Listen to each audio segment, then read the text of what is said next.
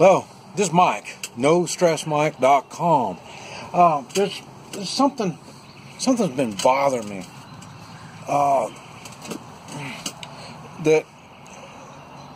When I was in China, I got over by Tibet. I didn't even really get there. I just got kind of close there.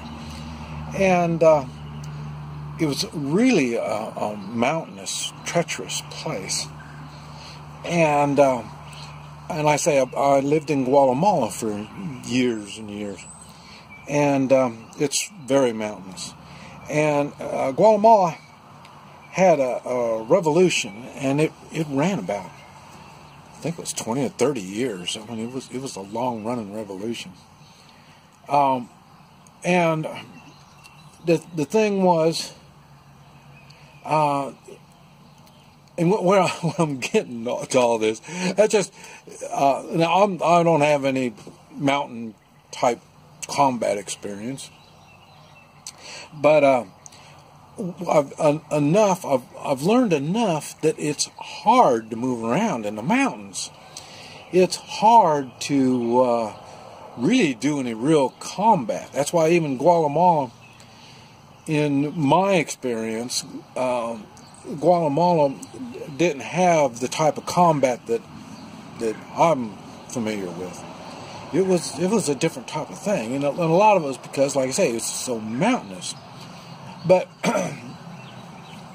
the thing that got me in Tibet was the Chinese government went into Naples, the capital of Tibet. This is the way I understand it, anyway. And they took 2,000 troops and went into Naples. I'm not sure. I don't know if they went in a truck convoy. They helicoptered them. I have no idea.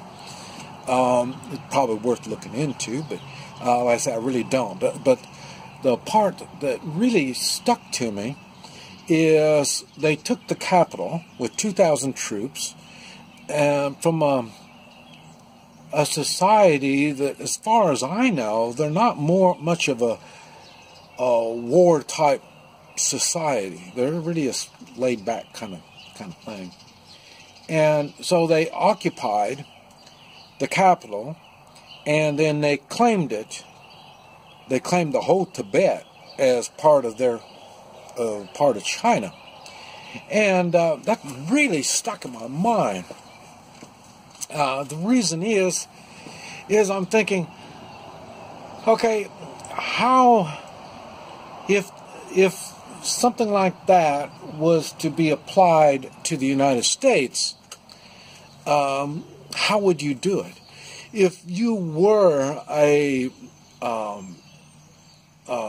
giant superpower and you wanted to take by force, you wanted to take the United States, would you be doing it like they did in Tibet? I'm thinking, you're gonna bring your ships and planes and helicopters and take over and occupy Washington, D.C., and then claim the United States is yours? And I thought about it, and I thought, they could. I mean, you can do anything. Anything's possible. And they could. They could just come in and claim it. Claim Washington, D.C., and say, well, now I own the whole country. And, but like I say, to look at it more realistically, okay, would you gather your guns and go to Washington to drive these people out? I probably wouldn't. I'm in Oklahoma, but I probably wouldn't. I'm not sure how this stuff, but to apply it, go one step further. Okay, they have it. I'm not that familiar with DC. I don't know if there's ports there. They can bring ships in and start bringing, tanks and troops and stuff like that. I don't know about that. But let's say they did. And so now they've got Washington, D.C. secured. Okay, that's now, hey, that's, a good plan. Seemed to work pretty good. Well, if that's the case, would they go to the next state capital and the next state capital and the next state capital and try to do the same thing for each capital? I don't know. I would think, I'm just trying to, like I say, I'm just brainstorming. I don't think it would, for us in Oklahoma, none of this stuff would probably affect us very much. You have to put boots on the ground in Oklahoma. We have oil, we have food, we have water, and we have the means to, be a separate nation, I guess. And so, and now I'm sure in the cities, like I say, Tulsa and Oklahoma City, they could probably fly their troops in and put boots on the ground in these cities. And then now, I'm outside of Tulsa. Now, I'm thinking this has changed my whole aspect on